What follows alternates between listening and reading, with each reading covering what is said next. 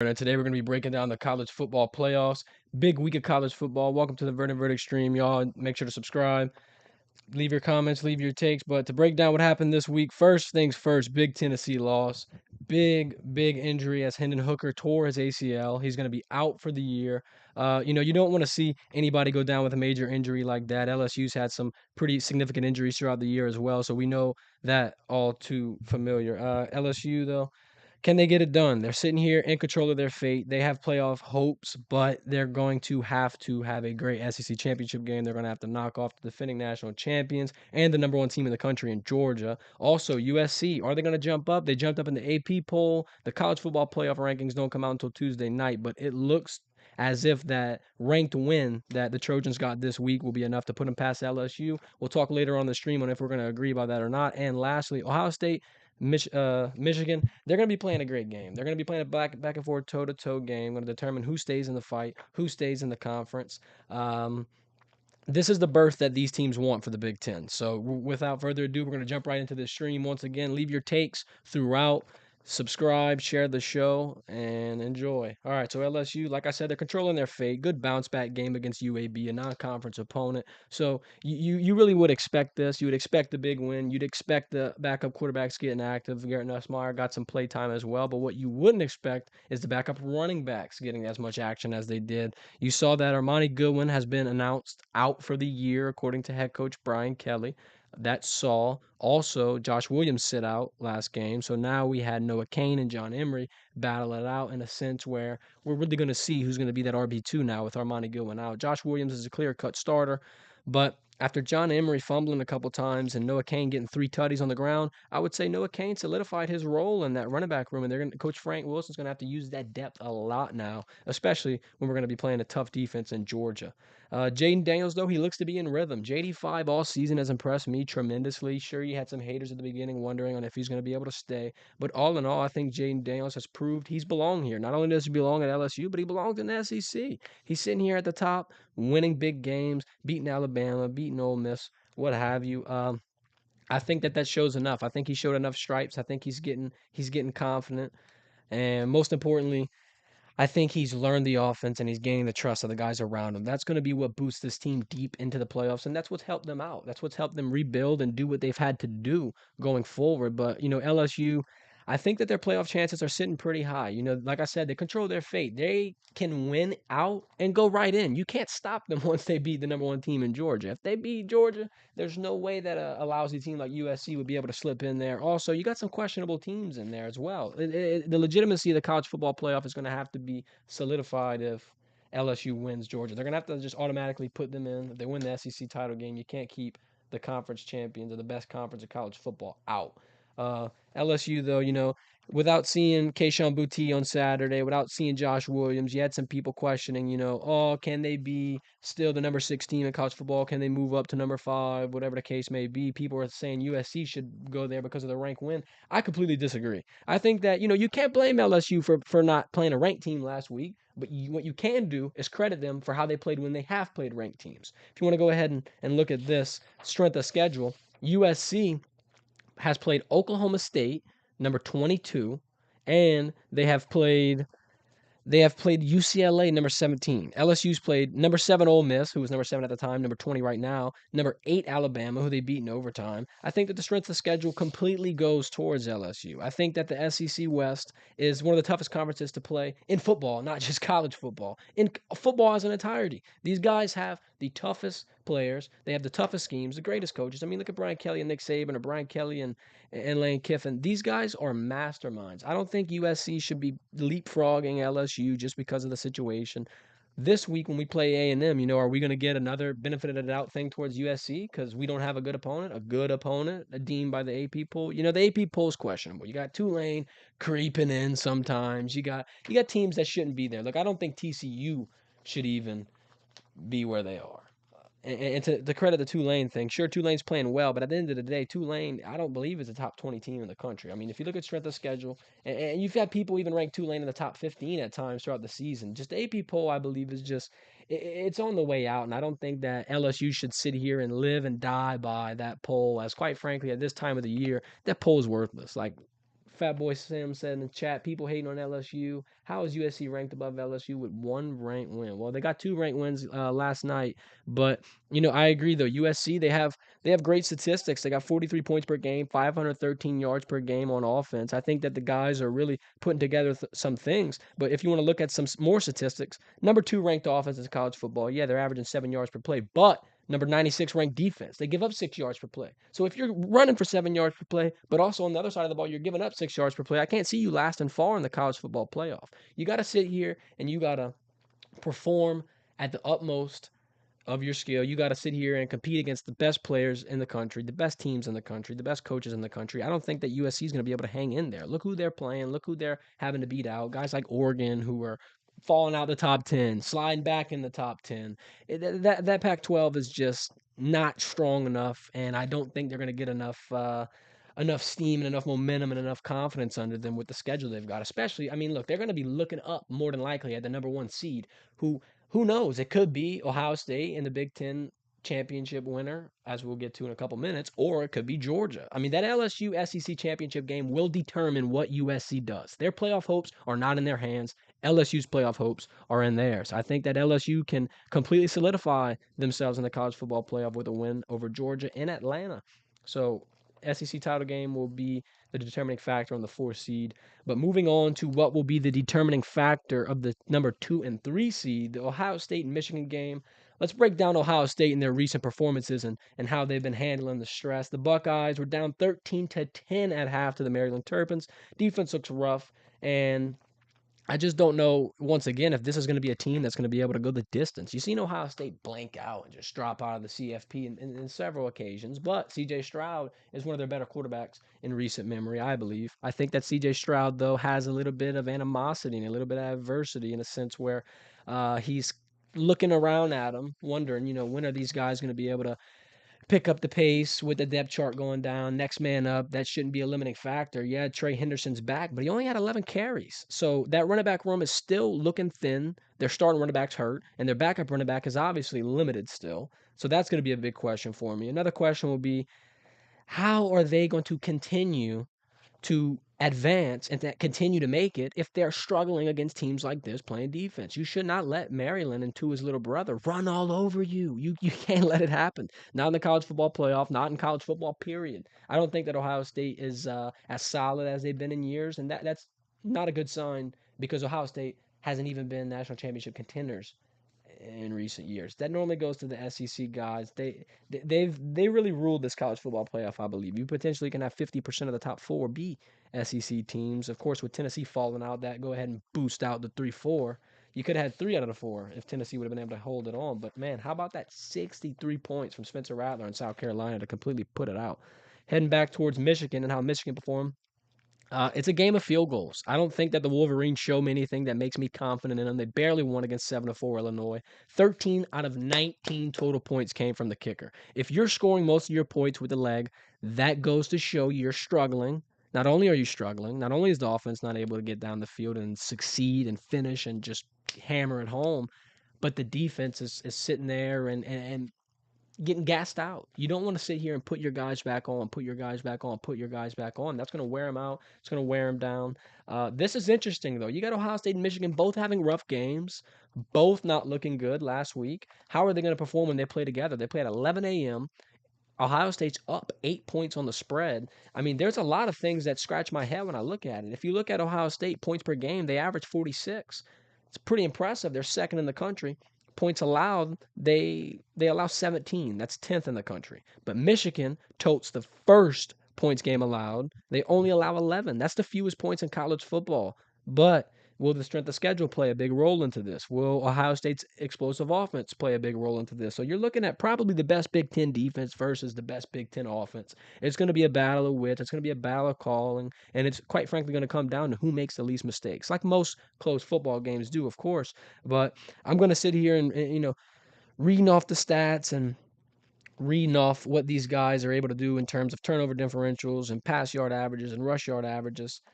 I see Ohio State getting it done. I think that Ohio State's offense is a lot better. Marvin Harrison Jr., though, last week with 11 targets and only 5 catches, that's going to be something you question. Marvin Harrison's obviously getting, schemed out of the game, and he's getting put in his place, so to speak. So I think that that's going to be a problem for Ohio State going forward. C.J. Stroud is going to have to make up for a lot of that real estate lost in the rushing game as the running backs are going to be hurt.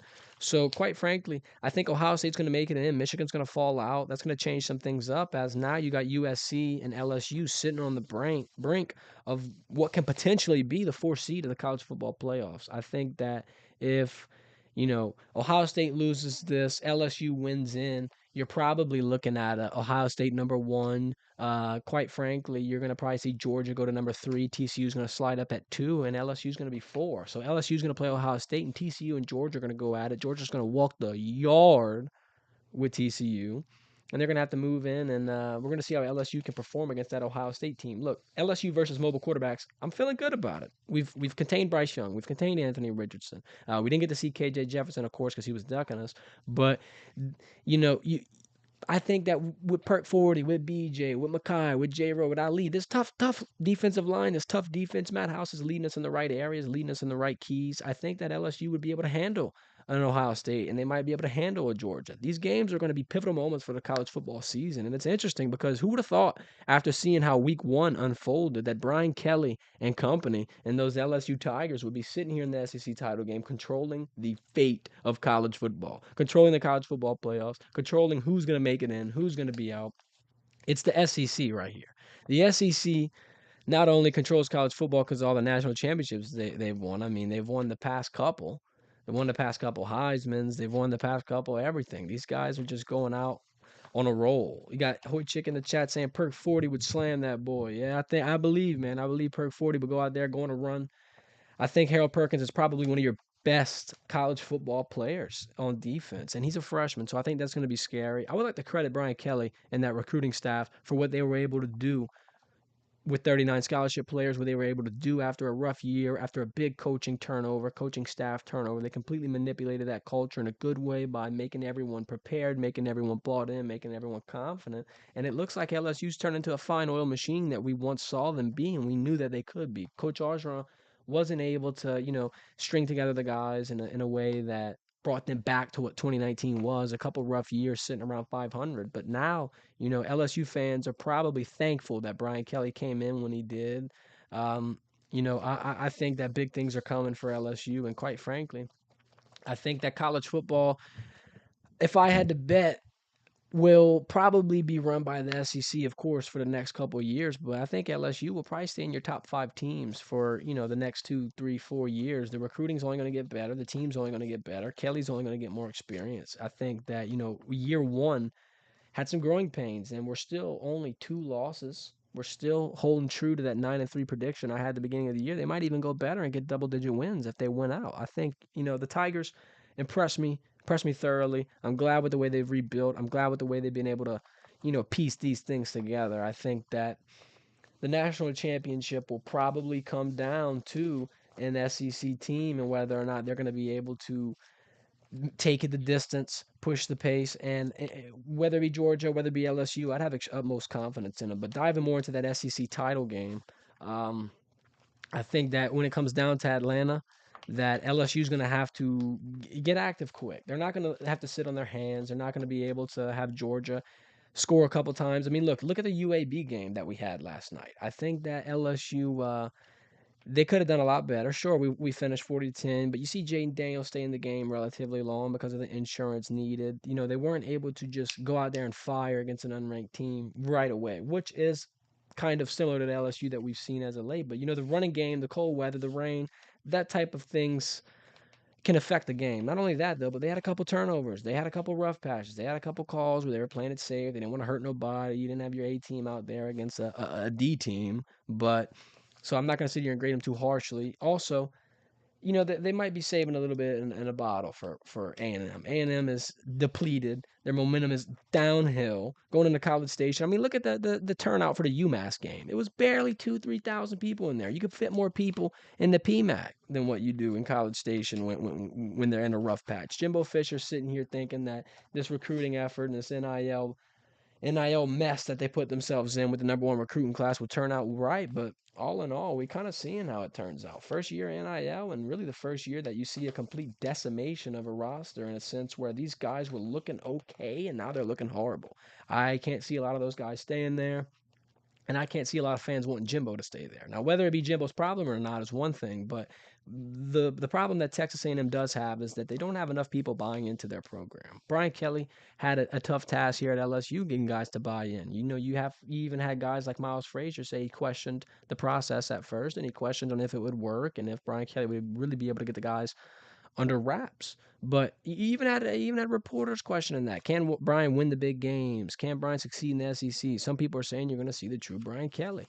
I think that Brian Kelly answered the haters in great fashion. Of course, he did it in Brian Kelly fashion. He did it in being quiet and letting his game speak for himself. He learned his players, he learned his guys, and most importantly, they learned him. They learned the scheme. They bought in. They came do the player meetings. They came uh, go to practice and play hard. They bought in. They did the studying. The overall morale around the locker room is just focus, preparation, and keeping the steam in the locomotive for the SEC title game. These guys are hitting their stride at the perfect time. These guys are proving everybody wrong. And when you got a team that's an underdog, when you have a team that has a huge fire lit under them, that have had huge wins, that have literally caused earthquakes in Tiger Stadium and have changed the course of college football.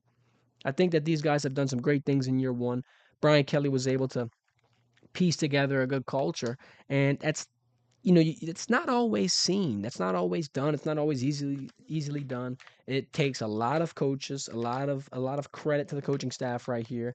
Um, I think that the play calling is a big thing as well. You can look at Alabama and their offensive struggles. Bill O'Brien, the offensive coordinator, him and Bryce Young probably haven't seen eye to eye on a lot of things this year, and you can see that that rift and that not necessarily back and forth like an Aaron Rodgers and a Matt LaFleur, but I'm sure that there is a disconnect, and a disconnect in a coaching staff and a team is detrimental to the team's foundation, to the team's structure, to what the team is able to do. It'll limit them. It'll put them in a fog. You don't want to see any guys or any team of that matter, a couple weeks in, have players smoking weed in the locker room and getting suspended, or driving in a parking garage 100 miles per hour on Instagram Live. Those type of red flags that popped up for the Aggies this season have really stressed some people out. I've spoke to people that have gone to Texas A&M and that cover Texas A&M, and that they're worried that the time is ticking on A&M and their window and their legitimacy, quite frankly. Brian Kelly's coming in and winning the SEC West in his first year. You got some coaches who never win the SEC West at all in a career, and he comes in year one and gets it done and takes it home. Beats Bama at home, beats Ole Miss, goes to Auburn and beats him, goes to Florida and beats him, beats Mississippi State at home. We've had some big games. Beat Arkansas on the road, get the boot back home, even with the flu. Perk 40 absolutely takes over a game. We've had a lot of pivotal moments that I think will boost LSU's playoff chances, will boost the legitimacy of the program. The AP poll, sure, will get some slander there, but at the end of the day, who's worried about that? Who's worried about the Associated Press when the college football playoff determines who goes to the national championship? Last time I checked, the AP poll has lost their privileges, rightfully so, for a reason. These guys aren't getting it right. I think that all that matters is what's going to happen Tuesday night, and not even necessarily this Tuesday, because we know on December 3rd that LSU has their playoff chances in their hands. If the Tigers want to get in, they win out. They know this. They're preparing for this. I think that these guys are ready. They're locked and loaded. LSU's sitting here on top of the SEC, on top of college football potentially. So we're going to bring it down now to a new segment here. It's called the Random Ranking Review. What I'm going to do is I'm going to pick a random AP AP top 10 team, and we're gonna determine whether or not they need to be there. The AP poll, they have some up and downs. I disagree with them on some things, so I'm gonna really put it to the test. I'm gonna put myself in their shoes, and I'm gonna be a voter. Do these teams right here, Georgia, Ohio State, Michigan, let's put them in the helmet. Let's mix them up, and let's see who we get. I'm gonna go ahead and monitor what the AP poll is doing and try to see if we can iron some things out. So here we go. Ironically enough, we get Tennessee, number 9 in the AP poll. So, does Tennessee belong at number 9 after a rough loss to South Carolina? They got 63 points scored on them. Spencer Rattler has had a hard time scratching the surface of his potential, but he goes out at home and leaves a lasting impression for those fans on his career in South Carolina. Great game, Spencer Rattler. Got to talk to him at the Manning Passing Academy. Great kid. And he told me big things coming. And quite frankly, I didn't think they were going to be this big. Tennessee got boosted out of the playoffs, and they're at the bottom of the top 10. Look, Oregon, I don't know who would have to move in this instance, but I definitely wouldn't put Tennessee having better chances of getting to the top 4 as Oregon, because if USC loses, that Pac-12 representation is going to go to Oregon. Tennessee got 63 points hung on them, and Hendon Hooker tore an ACL and is out. So quite frankly, this team is not going to be the same. That offense is not going to be the same. And these guys, sure, they have a game against Vanderbilt, but I just don't think that they're going to be able to handle the pressure that's going to come forward because they lost their star quarterback. You got Tennessee playing unranked Vanderbilt, and they just lost to unranked South Carolina. Do we think that Hendon Hooker is going to magically come back and magically help Tennessee get where they belong in the New Year's Six Bowl? It's impossible. I don't know if I've lost faith in the Big Orange, but all I'm saying is that you don't compare yourself to the greatest college football team of all time in the 2019 LSU Tigers when you're halfway through the season. Yeah, y'all beat us at home 40-13. Y'all can harp on that all you want. Josh Heupel is going to probably make a little trophy for that so he can hang up, because when you have moments like that, that's a BK win, especially in Tiger Stadium, especially at home. And this team hasn't won in 6 to 7 years against us. I think that Tennessee Tennessee doesn't belong in the top 10. That's the verdict. The verdict is Tennessee needs to get bounced out after a huge disappointing loss, after a huge injury, and they quite frankly just deflated the momentum. They deflated the balloon, and the Tennessee Volunteers are not going to be in the playoffs like many would have thought. This has been the Verdin Verdict live stream. We'll be doing more random ranking reviews weekly. This is going to be our returning segment sponsored by the Bayou City Investment Advisors. Thank you for our sponsors. Thank you to our viewers. Thank you all for tuning in. This has been a great stream. We've tried out some different things. Let us know how you think of them. Let us know in the comments what you think. Subscribe, like, share the show. Make sure to tune in next Sunday for the Verdin Verdict. Thank y'all.